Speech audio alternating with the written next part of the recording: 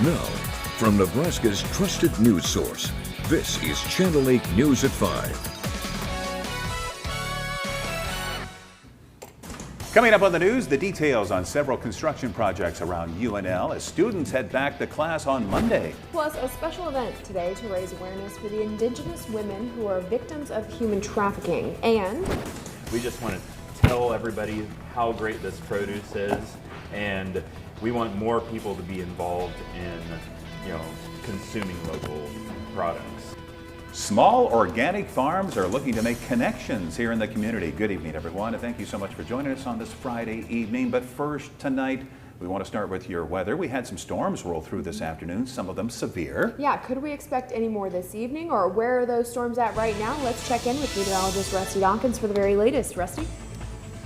Yeah, everything is now south of Interstate 80. We did have a few strong storms that rolled through earlier this afternoon. We had some hail that was measured to anywhere from a half an inch to an inch, and now you can see everything's just to the south. There's still some showers up to the north, but those are fizzling out as they get further and further south. But you don't have to go too far off to the east, and there's a severe thunderstorm watch into parts of Iowa and northwestern Missouri where there's a lot of strong storms. We're just kind of on the tail end of that. So we'll zoom in and show you where those storms are at. Right now there's that one between Crete, just south of Crete, and between Crete and Wilbur. It is fizzling out very quickly. That's kind of how these storms have been throughout much of the evening, where they form, they're strong for about the first 15 or 20 minutes, and then they just fizzle out. There's another one over towards Nebraska City, so a line of strong storms. Here's that one by Crete, but the storms south of there also starting to fizzle out, but Hebron, Fairbury seeing some heavy rain right now, maybe some small hail. A little further to the east, also just east of Tecumseh there. Auburn did have a report of quarter-inch hail. And now everything is just kind of moving off to the south and east. And when we lose the heating of the day, we are going to see these things go away. Now, Aurora, right now, looking at one of those storms, we've got the Penner Bathing Solutions camera up. It looks pretty cool out there. Temperatures are cooler where the rain has gone through, like 74 in Friend, but still 84 in Lincoln, 79 in Beatrice.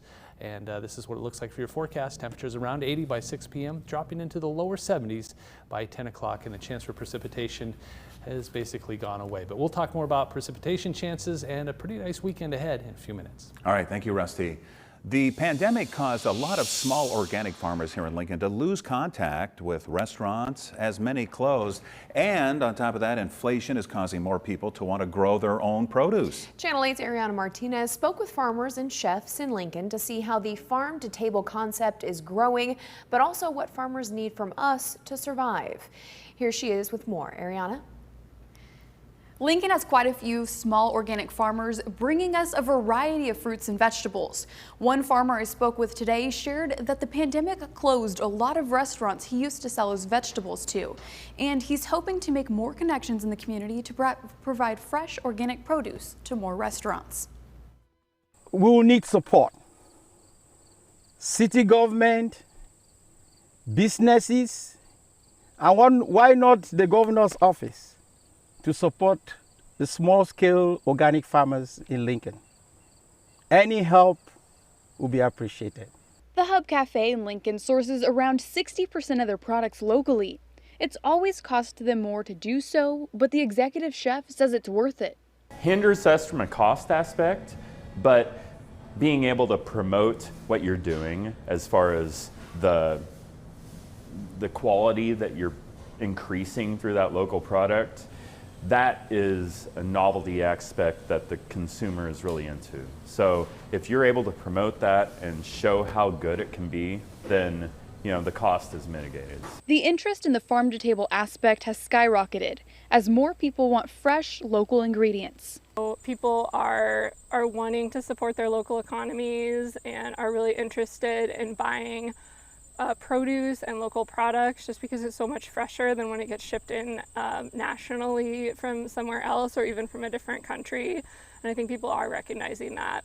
Community Crops is a nonprofit in Lincoln that has 2 locations for local farmers, as well as 12 community gardens and 1 urban ag site.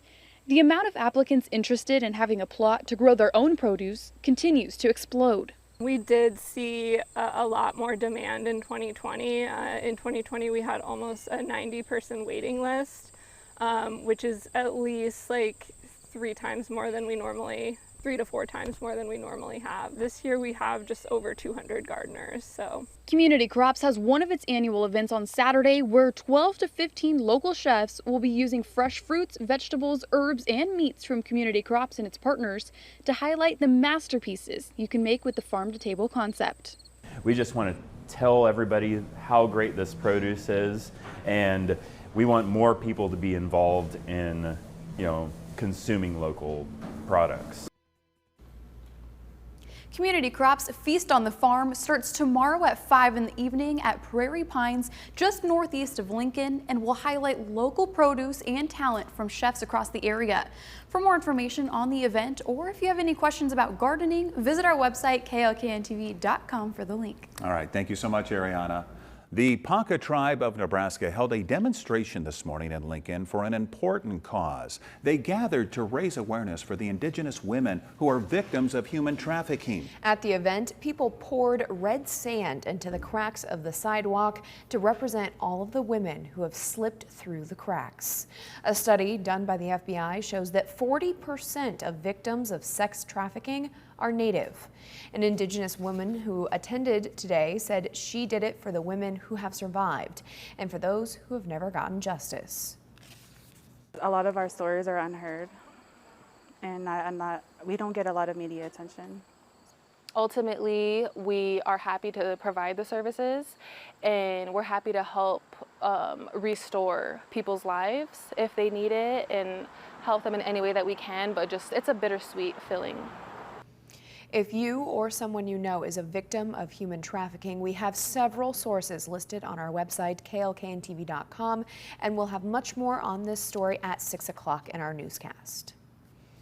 Well, it's of course the season to start school again, and now it's UNL's turn on Monday. However, several projects around campus will cause many to work their way around those construction areas. That's right. When it comes to those plans, there are questions left to be answered. Channel 8's Jessica Blum joins us now with updates. Jessica? Whether it's students or Husker fans walking the streets of campus, all will see construction in progress. Some projects are set to finish soon, while new ones will start this fall, impacting adjacent streets. Besides the North Stadium expansion project set to finish by next summer, a veteran tribute along Memorial Mall and Stadium Loop will be open to the public by the second home game. With addition to come, demolitions to Piper and Architecture Hall will happen in the fall. Walkways between 16th and 17th Streets and areas near 10th and Q Streets will be impacted then. As construction continues, officials want people to see the big picture. I usually like to ask people just to kind of look at the horizon, look at the goal of where we're trying to get to together, because it does take some patience and we all have to be part of it. But there are some great things happening here at the university, and the facility improvements that are being done are meant to support that. As for East Campus, there are no external construction plans to affect the flow of traffic on or off the streets. The primary focus for now is City Campus. As for the start of school on Monday, crews will be pulling back and cleaning up landscaping over the weekend. And with the start of home Husker football games just over 2 weeks away, fans will have the chance to experience an additional memorial to Memorial Stadium. All right, sounds good. Thank you so much, Jessica. A new bus depot is planned to be built in downtown Lincoln thanks to a federal grant. It's been in the works for years and is something the mayor says the city really needs. Yeah, this will make life a lot better for people who ride StarTran and, of course, the people who are on our StarTran team, because the new multimodal center will have indoor space where you can wait for the bus. You'll be out of the elements. There'll be access to restrooms. There will be a new StarTran, the offices will be located in the center.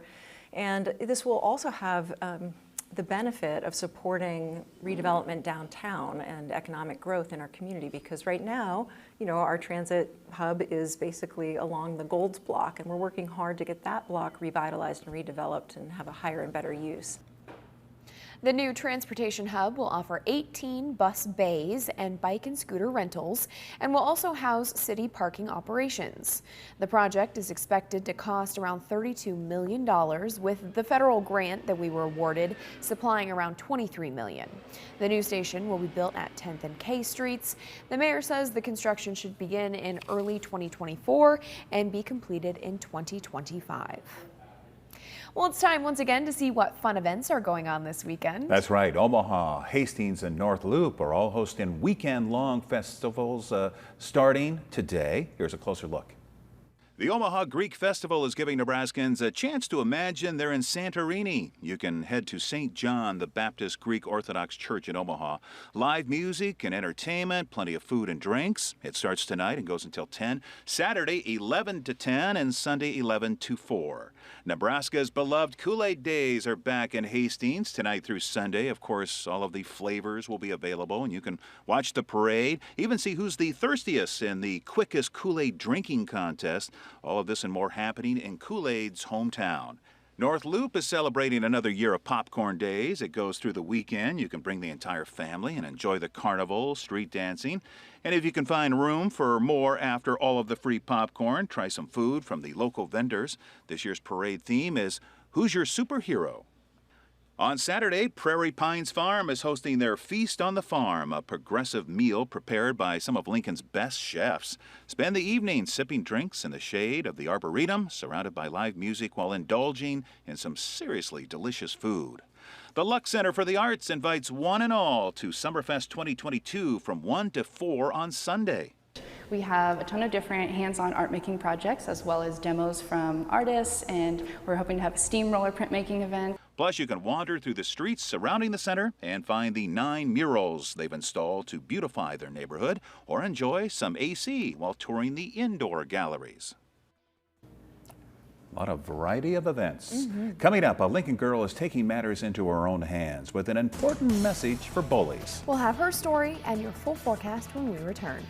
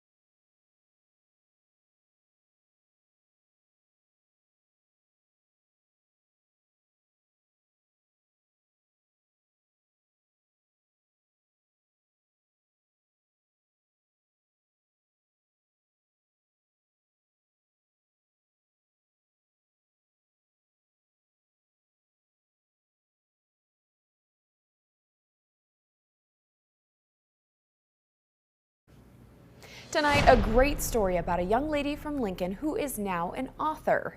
9-year-old Abigail, who is battling an incurable disease, took matters into her own hands when she was bullied at school. Now she's educating people of all ages to not judge a book by its cover, one page at a time. Channel 8's Andrew Ward has her story.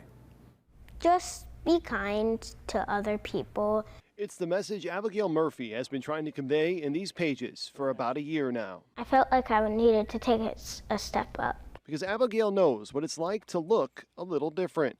The now 4th grader was diagnosed with alopecia areata at just 1 year old. Your white blood cells basically think that your hair is like a sickness, and so it attacks it, and so you don't grow hair. The bullying started when Abigail got to school, and last year she decided she had enough. That's when she first talked to her then 3rd grade teacher, Allison Ward, about an idea, a book. Helping everyone realize that we're all different. It's great that we're all different because it'd be so boring if we were all the same. So we just kind of took it from alopecia and then kind of spread it so that more people could connect to it. Written by Allison in Abigail's words, the children's book explains why some people look different from others. Shortly after it was finished, Abigail read the story to her classmates, then the entire school. It was really cool to see the kids be so receptive to it. And now it's available for everyone. I didn't really think that it was going to go this far to be published and to have so many interviews and people buying it. And with each purchase, Abigail's message continues to change lives. The fact that she had the belief in herself to go and read it in front of like a group of 5th graders who had been picking on her a little bit, like that's pretty brave. And it's just, I feel like I learned a lot from her this year. She just really inspires me. It doesn't matter if they have cerebral palsy, alopecia, behavior, just be kind. Even if they look like a normal person or like they look like everyone else, just be kind.